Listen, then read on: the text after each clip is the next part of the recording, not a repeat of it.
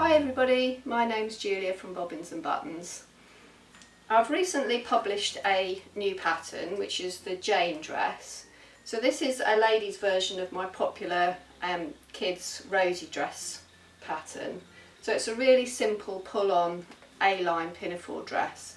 It's got no zips, it just fastens at the shoulders with buttons and buttonholes, so it's a really quick and simple make. So today I'm going to do a tutorial to show you how to mark the position and make those buttonholes. So I've got the dress ready and prepared to have the buttons and buttonholes, but you'll notice the pattern doesn't have a buttonhole guide. So that's part of the reason why I'm doing this video. And the reason it doesn't have a buttonhole guide is because I actually think they're a bit less accurate than working directly on the garment with the buttons that you've chosen. So I'm going to show you how I go about doing this. So to start with, I'm going to select my buttons, and I've found two sets of buttons that I quite like, and this is my first point about having the buttonhole guide. They both, the recommended size is this size, but these would also work because they're very thin and they also look quite nice. So I could use either buttons, but they would probably be slightly different positions. But I'm actually going to go with the plastic buttons. And the first thing I'm going to do is decide how I want the button to look when it's done up. So I'm just going to bring this into view here. And what I want to do is look for the border around the button. So I like the border to look symmetrical all the way around the button. I don't really want to see the button up here with too much below it. And I don't want to see it too close to the edge, almost hanging over the edge. So I'm looking for a border that's sort of symmetrical all the way around the button.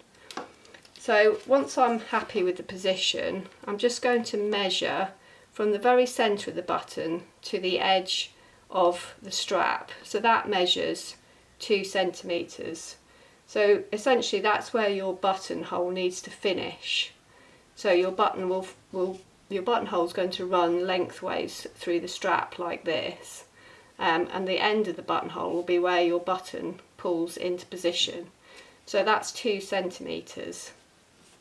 The next thing I want is the middle of the strap, and this is another reason why the buttonhole guide isn't my favourite, particularly on this dress. You might find that your straps look perfectly even, but when you match them up they're actually out by 1 millimetre or 2, and in this case they are actually out by about 2 millimetres, but it's not enough to make me want to go back and say that, because actually they look pretty symmetrical.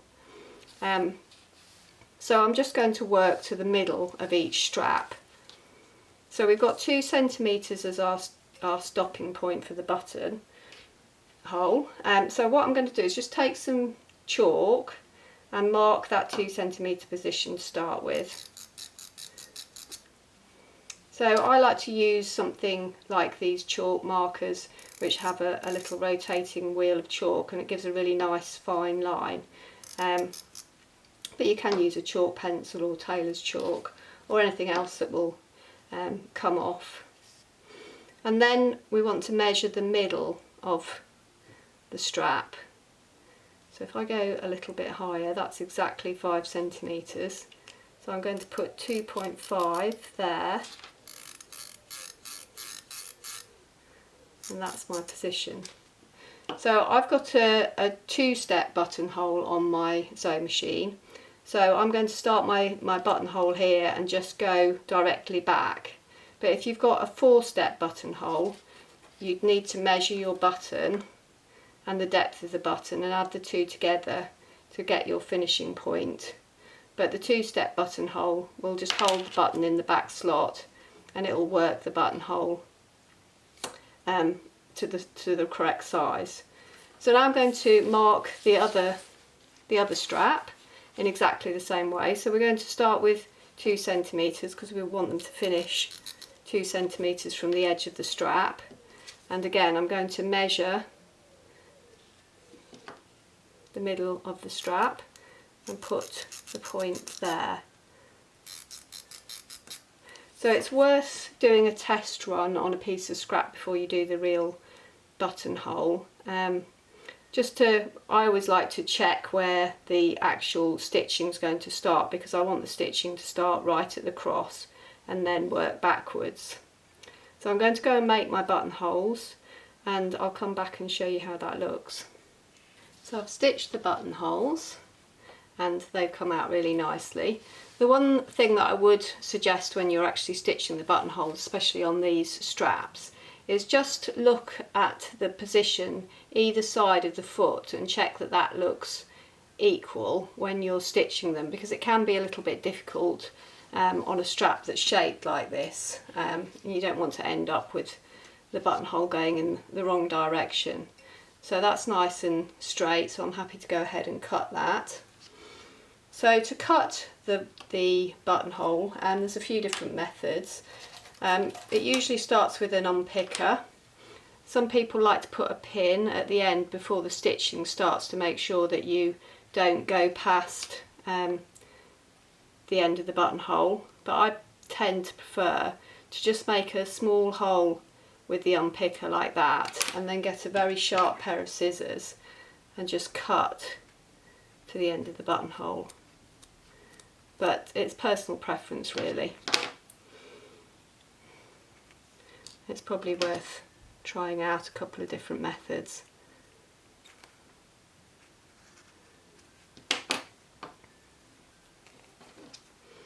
You need to snip the other way a little bit to get right to the end, and then just check your button goes through.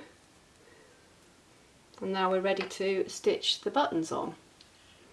So again, with the button position, you've got a little bit of leeway with this design, so I'd recommend putting the dress on and just pinning the strap in place to where you think it sits best.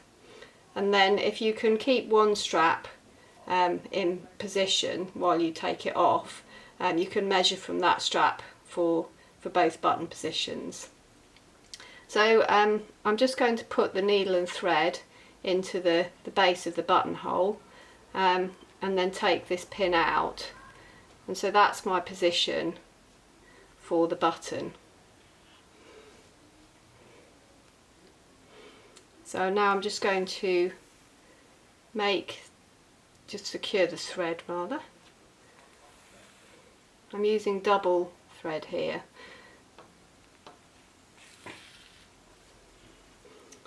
So once you've secured your thread, you can just pop your button on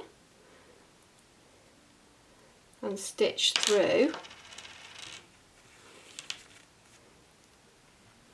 So this one's got 4 holes, so I'm going to stitch through the first 2 holes a couple of times.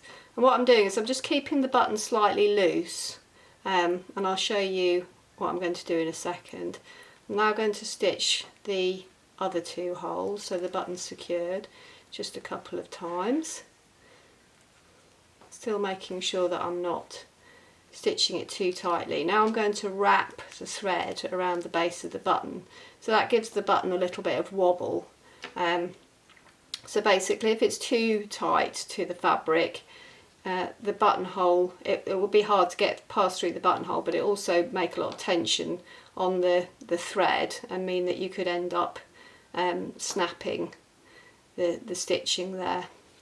So I'm going to probably go over a couple more times before I fasten the thread on each set of holes.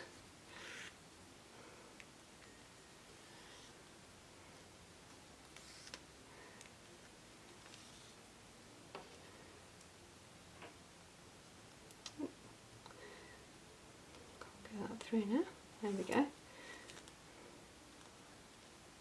Now I'm just going to pass that through to the back and do a couple of stitches to secure the button through the back.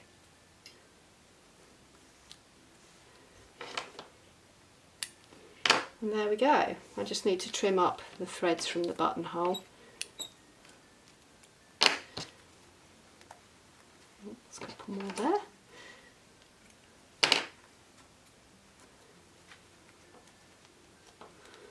And there you have it. Nicely positioned button and buttonhole. So I hope you enjoyed that tutorial. If you did, please don't forget to give it a thumbs up, and if you'd like to see more tutorials, please don't forget to subscribe to my YouTube channel. Thanks for watching.